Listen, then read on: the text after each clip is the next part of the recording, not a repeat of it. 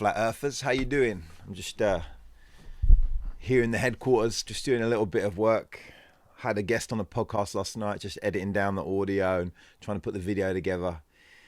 But really, I'm just I'm doing bits and bobs. It's about 10 o'clock. It's on a Friday morning. I've got things to do, housework, stuff like that. Real mad, high level, high adrenaline stuff. But really, I'm kind of killing time because I'm heading out tonight with the boys. And not to go and get drunk off my face and not to do some extreme sport that I'm known for. But I'm going to go to a big hall somewhere in London and listen to a man talk. And that man is Jordan Peterson. So I've got to get a little bit of work done here. And then I've got to pack up my stuff, walk to town, jump on a train, meet a friend at another train station, carry on that train, go to another train station, meet a couple more friends. And then we've got to hit Wembley, OVO. I thought it'd be good for you, just come along. I'll show you what I can. I don't know much you'll let us video. I guess we'll find out. But I thought, come along. You can meet the guys that are coming, see what they're looking forward to. And then afterwards, we'll tell you what we think, man. I got a lot of love for Jordan Peterson, sitting on this side of life, looking at him mainly through a laptop screen or my phone. But I guess in person, I want to understand what the vibe is. I want to understand who's in the crowd. I want to understand, just the atmosphere, man, the vibe. I'm really intrigued to see what happens. So let's get a little bit of work done and then we'll pack up and get going.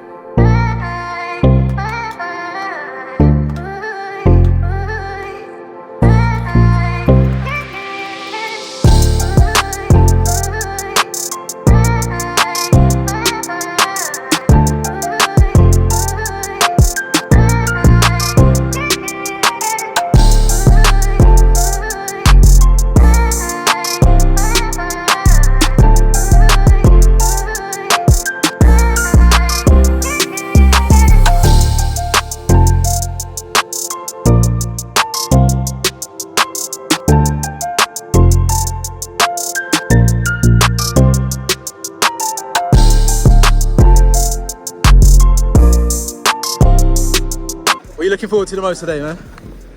I want to know what the atmosphere, like what vibe is there in there, man. Really, my question is, does it feel like church? Does it have a semi-religious environment? That's my question. What about you, man? I've curbed all my expectations so that I come in fresh. So I'm quite interested just to see that.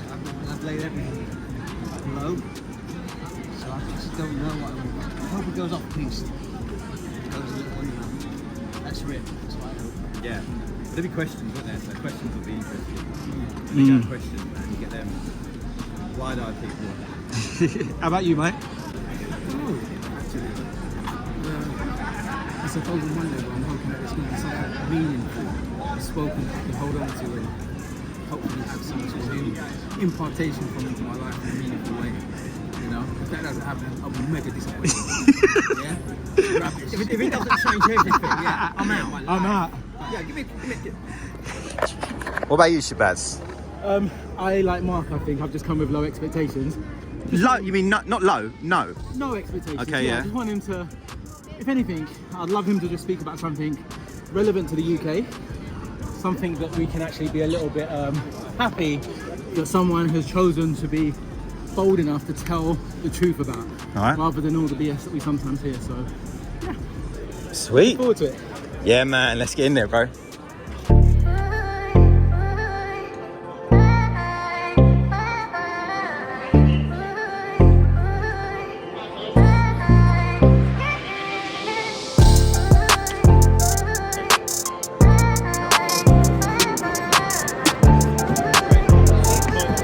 Welcome.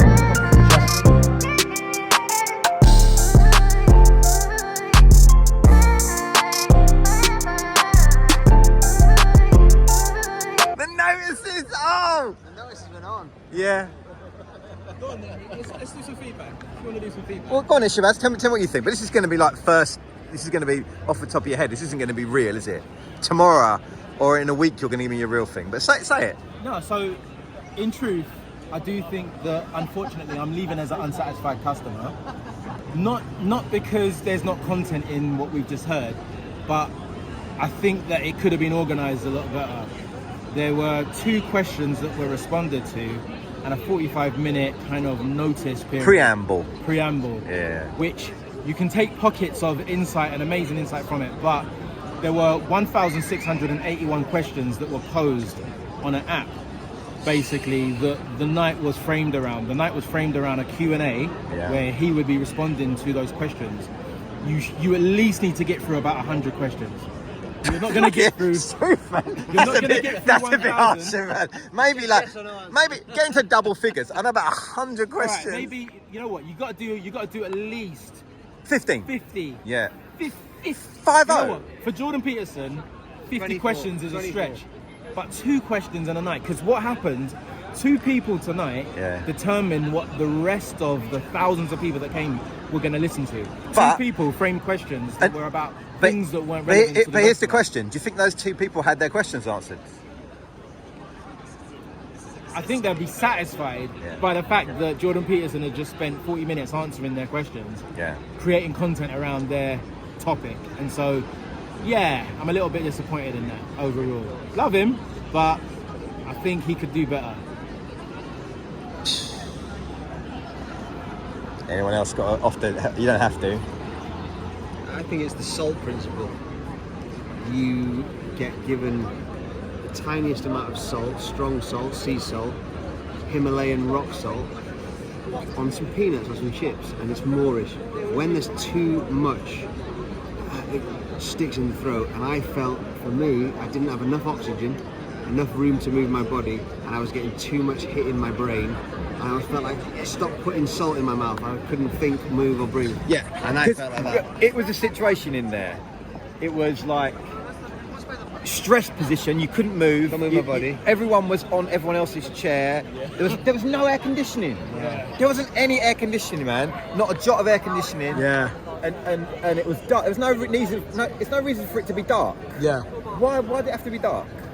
I'm not being funny. Like, you couldn't take notes. Yeah. You couldn't. Like, there was nothing that was inducing, like, you to be alert. Yeah. It was all just low, and then he just like for me, I love him, and I think when I've watched stuff online, I've obviously people have grabbed bits, but he goes a long way around answering. Too much salt on the chips. Wow, too much. Yeah, how I and felt.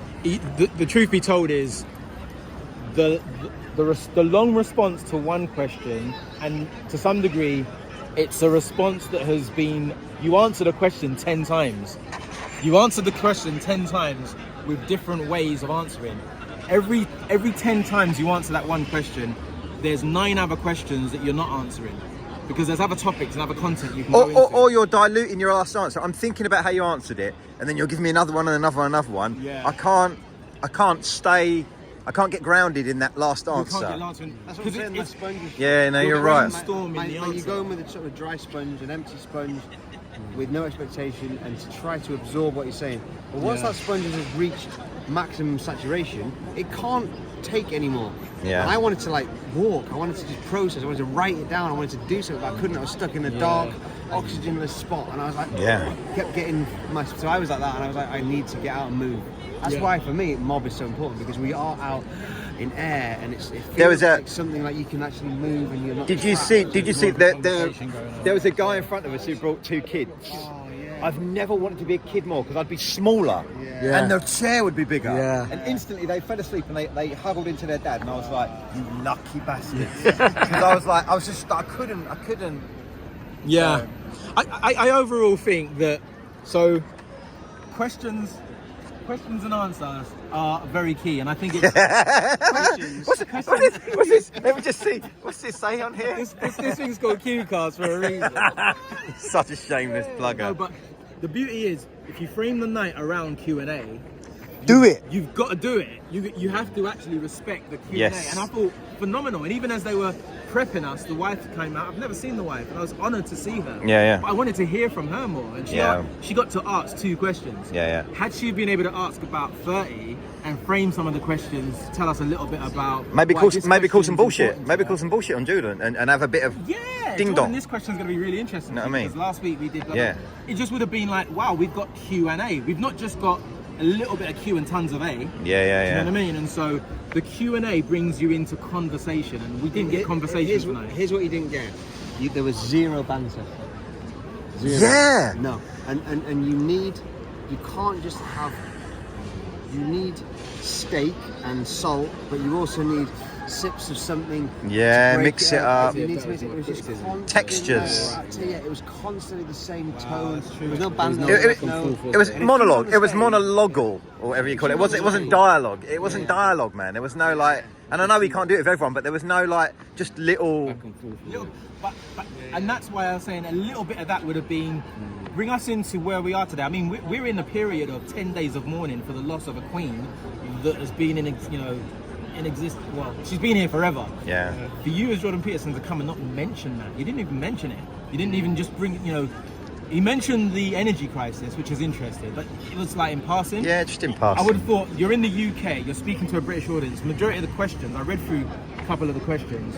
There were so much questions that were relevant to all of us wanting to know the answers to. Yeah. And you answered 2 that weren't really relevant. You could have been anywhere answering those questions. So I would have loved to have just had a little bit of UK context. Yeah. You know what I mean? Yeah. But yeah. What say you, Michael? What do you think? I think I'm really broken. I came with a certain need. My question was, I have a 7-year-old daughter that suffers from epilepsy and has severe head pains. How do we find meaning in that pain? And I suppose I kind of came with a desire to maybe come away with something that would impact me. He spoke to that a little bit in some He ways. spoke to it a lot for me, actually. Yeah. And it was good. Yeah, so that really spoke to me, actually encouraged me. Because Sweet. there's at times where my daughter is having pain, I feel tremendous. It's like it sucks meaning out of my life. It really does. I mean, literally every cry that comes out of her mouth fills me with just pain and makes me feel like really, God, what is the point? Is this it? Is this what it is? My kid just in pain. Yeah. And it's like someone's just digging into my heart, and I can actually feel happy prior to that, and it just goes. It just goes, and I'm just like, what is this? Do you know what I mean? Like, is this it until she dies? And then I have to climb back from that to find purpose and joy and meaning. I can go for long periods with just functioning, just being there, because I know that my kids and my family need me, and that's not existing really. Yeah. That's not living, you're just existing. Yeah. So it was actually quite encouraging to hear this Good, guy man. Yeah. say, I'm glad. Touched on marriage. not in marriage, what he was talking about in terms of virtues being on our side, and that even though evil seems very present, and it does, Yeah. see, because that it just robs me, it just kind of strips me, man. Yeah. And I'm all right then. Well, when he was saying that the beautiful and the good, do you know what I mean? Gratitude, thankfulness. And really making it a reality, that was really important, And, Sweet. And I suppose in following in on that, because he was saying that, I definitely have experienced that, being sensitive to smaller things. Do you know what I mean? Because we lived in a 1-bedroom flat. I got to appreciate that, man. The gratitude side Yeah, of man, I things. was grateful for that. I had literally, at lots of points, I didn't have a problem with it. You did, yeah. Because there's people in the world that don't have nothing, and I've got hot water. Yeah. Do you know what I mean? There were so many benefits. Do you know what I Yeah. mean? All of us being together, And I have to say to all of Mike, thanks for inviting me, Shabazz. Yeah, Shabazz, thank brother. You, Rick, just your welcome picture with your face that genuinely made me laugh, and you, Mark, when you responded with your emoji after I put my thumbs up, I don't know why that just felt very. It might be so, but it just felt very comforting to me. Do you know what I mean? It felt like you just came and said, like, hello, Mike, you know what I mean? and through a thing, I thought a gentle, and it just made me feel, it really genuinely lifted me. It made me feel like like pleasant and happy. And I think that was just nice because I had a rough day and the night before my foot was in pain. So it just made me feel nice. It's a simple thing, but I appreciate it. So thank you. Oh, mate, it's been a pleasure. The good side, because there was lots to take in and not enough oxygen to take in to allow the processing of the good stuff. But the good stuff, what he said about paradise was amazing. The whole garden thing and all that. The paradise that is available. What he said, the kingdom of God is here among you, but you have to have the eyes to see it. And that's what you're talking about. That's what, going back to the beginning conversation about the South London Bob and how you felt in pain and in tears, but you started out by saying, from a place of gratitude, it's good because I've learned something. You weren't like dissing and cussing and blaming. You were like, it's from the pain, from the anguish. You like, no, this is a good thing. I can actually work with somebody for this. That was amazing what you said in the cafe. For me, with all the shit storms that I've been going through, to actually keep my eyes open to paradise and not just an existence. Like you said, it's all pain, it's all trauma. I feel a lot like Lot's wife. I'm trapped looking back, seeing a destruction. I'm stuck in salt now, and I'm like, I don't know what to do. And I'm just still looking back at the trauma that happened. And the ability to say, no, I let that go. We don't live under that old covenant of judgment, Sinai, death. We're in the Zion, the joyful sinner. We can have the Saviour break the salt off us and wash us and blow us off. Okay. Dust us off. Dust us. That's not paradise. No, that's wrong, man. Dust us off. Blow air in our nostrils. Yeah. I could the cleansing, like the washing of, like, you could imagine him like cleaning off the salt pillar off of us. So you don't need to look back trapped there. Come on, let's keep going. That's the save. That's the difference between the new covenant and the old. Yeah. Because we all look back at shit, and we all do Lot's wife, all of us, and we're trapped looking back at that. Like, that happened, and I can't move forward because that happened. And to be able to say, so that for me about paradise was like, wow, okay, no, I'm gonna keep going forward. That hit me, but then too many things after that hit me, and I needed to just walk out of that point. Which I think some of those people were smart. They got it, and I've had it. Pennies dropped out of here. Interesting. That's it, I'm done. I got what I needed, and I'm checking out after them. Yeah. When he got to the wall, the paradise. Yeah, I'm like done. It's I don't want to be interesting rude. I don't want to because bug people. it makes me realise why I think I like Jordan when I'm able to pause. Because on YouTube, I'm able to just the amount of times I pause and then I stop, you can like let me listen to that again. And I can take notes, digest, and go back. Breathe. Regurgitation. That's why in Psalms it's Selah. That word Selah is pause, reflect. But if you don't have pause and reflect, like you said, you just get bombarded. It's a cleansing of the palate in between courses. There was none of that. Yeah. It was the way you just kept it was courses. Oh, the table's full. It was like sort of intellectual carpet bombing. Intellectual carpet bombing. Just wow. And it made me say one thing. When he was talking about heaven and vision and stuff like that, it actually made me want to teach. Interesting. Because I felt like he'd seen something, but I do think there's a reticence to say God. There's a reticence to go there. But it's the missing bit. And as a you know, as an ex-preacher or whatever I am, like, it made me want to go, oh, I could do that with all the parts. Yeah. I could assemble all the parts of that bit. Yeah. And it made me want to do that. I've not felt that in a while. Does it encourage you guys that I was saying to Mike, he says God with no apology. He doesn't excuse, sorry to all you atheists in the room, like, he just says God as though it's like, this is fact. He will present it and just go, here it is, whatever you think about it. And he said that a lot, didn't he? Yeah. Whatever you think about that, whatever you think about that language, whatever you think about that approach. I think that's quite he a good, He just leaves it there, and that's kind of, it's good. I mean, we just sat in a hall, and how many people were there? I don't know, probably about 4,000, yeah. 4,000 people sat there and just, even though it had its bad sides, they sat and listened to a man talking about big ideas and taking his time. Yeah. But basically, I mean, the Bible of all things in this, you know what I mean? In the Bible, West, it's It's people just sitting down there. Exodus, Genesis. It's like, the only thing as big dense things. as him, isn't it? Yeah. It's the only thing as dense as his take. Interesting. Yeah. And I like that there's, I think to every, I mean, we used to go to a church, line by line, what is it? Precept by precept. Precept by precept, I believe exegetical. everything, even the maths. Yeah, and it feels as though he's that. He's the physical version of that. Like we're gonna go for it line by line, like Genesis. I'm like, who speaks like that nowadays? It's phenomenal. Yeah. There's a part about that I like. I feel like he's just unapologetically just giving you what he thinks and how he thinks. Yeah. You know what I mean? And He's unapologetic about that. just You're right. talking, man. But I tell you what, man. Like, I promise you, I'm sorry to drop. Last time I mentioned QCast for the night. No, it ain't. QCast will play a part in this in the future because we have a conference model. Like, in the same way that we went onto an app and we basically typed a question that fed to him and his team, and he could read the question, rather than having Tammy on the stage asking the question, you'll be able to press a button and a circle appears and it'll be Rick saying, Jordan, I'd like to ask you this, blah, blah, blah. Then he responds on stage. Yeah. Press a question. Yeah. Shabazz, hi Jordan, I really want to ask you this.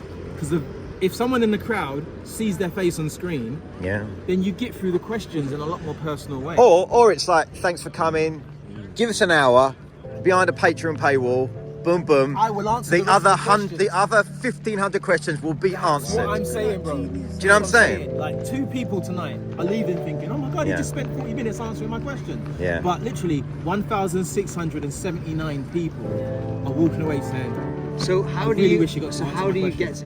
get?